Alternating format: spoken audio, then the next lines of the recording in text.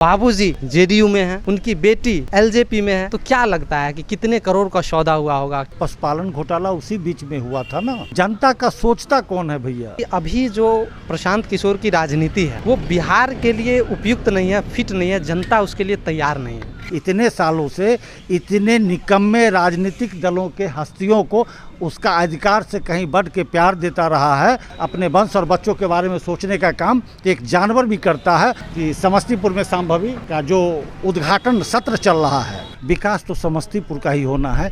हर एक राजनीतिक दल उनके राजनीतिक सोच का सम्मान आज भी करती है। बाबूजी जदयू में नेक्स्ट टू सीएम है और पुत्री लोजपा में नेक्स्ट टू चिराग है। नमस्कार, मैं हूं अभिमन्यु कुमार नीतीश और आप देख रहे हैं बिहार राजनीतिक हलचल। पिछले कुछ दिनों से अशोक चौधरी, जी हाँ वही अशोक चौधरी जो कि बिहार सरकार में मंत्री हैं, उनके बीच और प्रशांत किशोर के बीच गर्मा गर्मी का माहौल है। एकदम तानातानी बनी हुई है, जम के बयानबाजी हो रही है।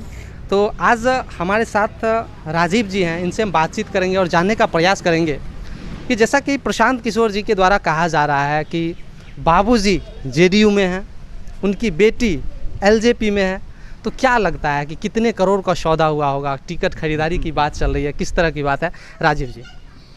सर्वप्रथम आपके जितने भी दर्शक हैं, मैं जन स्वराज के संगठन महासचिव की हैसियत से उन्हें सभी तमाम दर्शकों को आपके चैनल के माध्यम से धन्यवाद देना चाहूँगा।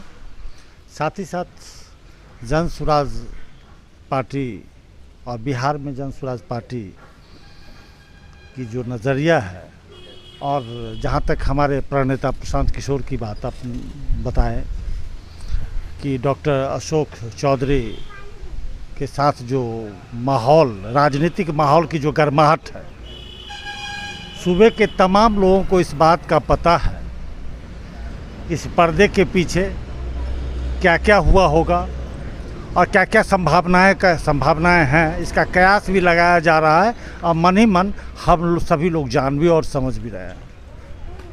एक चीज़ बड़ा तय है कि बाबूजी जदयू में नेक्स्ट टू सीएम है और पुत्री लोजपा में नेक्स्ट टू चिराग हैं। अब राजनीतिक कयास और बयानबाजियों पर राजनीति करना राजनीतिक अपराध माना जाएगा, लेकिन समझदार और जनता तो हमेशा कैश होता रहा है। पिछले कई दशकों से राजद के माध्यम से, जदयू के माध्यम से, भाजपा जदयू के माध्यम से, राजद जदयू के माध्यम से हम सभी लोग हमेशा उनके हाथों का वह पिंजरा में फंसा हुआ चिड़िया है। हम सबों के हिस्से का दाना चुंग चुंग के अपनी राजनीतिक रोटियां सेकना उन लोगों का ऑब्जेक्टिव रहा है। विकल्प के तौर पर जन स्वराज आई है। जहां तक हमारे प्रणेता का सवाल है, 5000 गाँवों में पदयात्रा करने के बाद हर एक लोगों के दिल पर अपनी उपस्थिति और बिहार की परिस्थिति के एगेंस्ट में विकल्प चुनने में जन स्वराज अपनी प्राथमिकता के आधार पर अपनी उपस्थिति दर्ज करा चुकी है। बिहार की सांसद संभवी चौधरी निश्चित तौर पर उम्र में छोटी है और बड़ी बेहतरीन कार्यकर्ता की भूमिका निभा रही है और एक अच्छे नेता का भी जिम्मेदारी बखूबी निभा रही है। मैं इस बात के लिए अंतर्मन से उसे आशीर्वाद भी और राजनीतिक रूप से धन्यवाद भी देना चाहूँगा कि बेहतर कार्य कर रही है। लेकिन पिता पुत्री के राजनीतिक परिस्थितियों में किन कारणों से अब 243 का चिराग चुनाव लड़ने वाले हैं। जदयू बाबूजी कहाँ से लड़ने वाले हैं, क्या वो भी 243 पे भी लड़ने वाले हैं? तो किसी भी थर्ड फ्रंट के किसी राजनीतिक जिम्मेदार नेता को क्या लगेगा, आप ही बताइए। मैं जनता से पूछना चाहूँगा कि बाबूजी तो 243 पे नहीं लड़ेंगे, उनका तो यूनाइटेड गठबंधन है, इंडिया गठबंधन 243 पे मान लिया जाए कांग्रेस लड़े भी, राजद भी 243 पे लड़े भी, भाजपा तो 243 पे लड़ने नहीं जा रही है, नीतीश जी 243 पर यानी बाबूजी तो लड़ने नहीं जा रहे हैं, तो फिर संभवी 243 पे लोजपा तो लड़ेगी। तो कहीं ना कहीं एक अर्थ का बहुत बड़ा संग्राम चल रहा है और बड़ा बेबाकी के साथ उन्होंने तो एफआईआर करने की धमकी भी दी, सीआर भी फाइल किया है डॉक्टर अशोक चौधरी ने जवाब न्यायपालिका में के माध्यम से दिया जाना है और हमारे प्रणेता जवाब देने और स्पष्टवादिता की भूमिका में अपने आप को सुनिश्चित रखे हुए हैं। पूरा हिंदुस्तान इस बात को जान रहा है कि प्रशांत किशोर बिहार में बिहार की जनता के लिए एक बेहतरीन भूमिका निर्वहन करने का सामर्थ्य भी रखती है और लोगों के नज़रिए में विकल्प भी बेहतरीन साबित होने जा रहा है।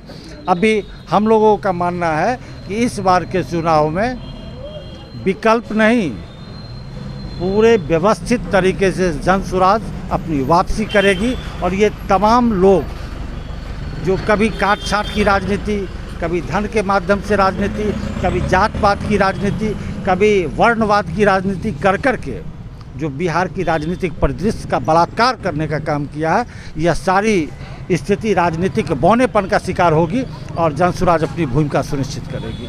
चलिए, अभी आपने एक बहुत अच्छी बात कही सांभवी चौधरी जी के बारे में कि काफ़ी कम उम्र की हैं और एक बेहतरीन लीडर के रूप में उभर के आ रही हैं।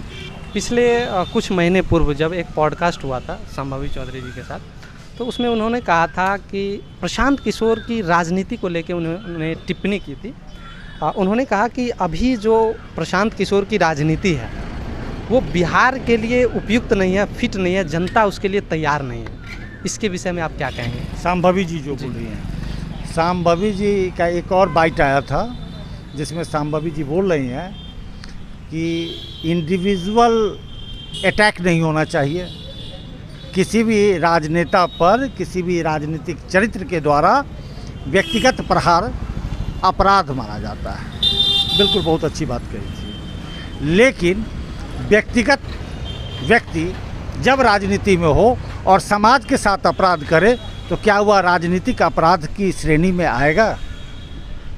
अभी डॉक्टर भीमराव अंबेडकर और संविधान सुरक्षा, संविधान संरक्षण और हिंदुस्तान का विकास, सभी लोग राजनीतिक दल बिहार और हिंदुस्तान के विकास की बात कर रहे हैं। पिछले कई सालों से, जिस समय से राजद सत्ता में थी, कांग्रेस उनके साथ थी, सीपीआई उनके साथ थी, माले साथ थी, पशुपालन घोटाला उसी बीच में हुआ था ना।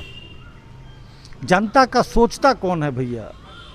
जनता खुद अपने बारे में भी नहीं सोच पाती, तभी तो इतने सालों से इतने निकम्मे राजनीतिक दलों के हस्तियों को उसका अधिकार से कहीं बढ़ के प्यार देता रहा है और अपनी राजनीति रेवटी से करके अपने बच्चों के लिए बेहतरीन जगह, बेहतरीन पार्टी, बेहतरीन टिकट खरीद करके अपनी भूमिका सुनिश्चित करने का काम करती है। जनता के बारे में सोचता कौन है? कोई भी राजनीतिक दल बताइए जो जनता के बारे में सोचता हो। हर दल राजनीतिक रूप से अपने वंश, अपने बच्चों और अपने परिवार की बात करता है। यह जनसुराज पार्टी यही तो प्रहार करती है कि जनता के बारे में सोचना हमारी प्राथमिकता होना चाहिए। अपने वंश और बच्चों के बारे में सोचने का काम एक जानवर भी करता है और जो राजनीतिक दल कर रहे हैं वह हिंदुस्तान के लोकतंत्र पर प्रहार कर रहे हैं। उसकी भूमिका कहीं न कहीं संदिग्ध है।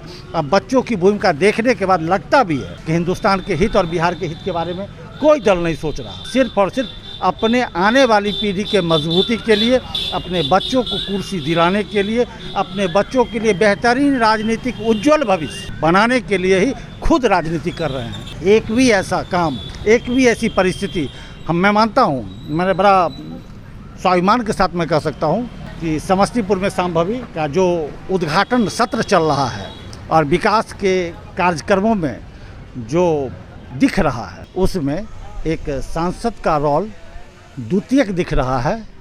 उनके पिताजी का सहयोग वाला रोल बेहतर दिख रहा है। विकास तो समस्तीपुर का ही होना है, इसलिए दोनों पिता पुत्र को व्यक्तिगत तौर पे मैं धन्यवाद भी देना चाहूँगा कि आपसी सामंजस्य में ही सही समस्तीपुर का भविष्य दिख रहा है। इसके लिए दोनों आदमी को व्यक्तिगत तौर पर धन्यवाद है।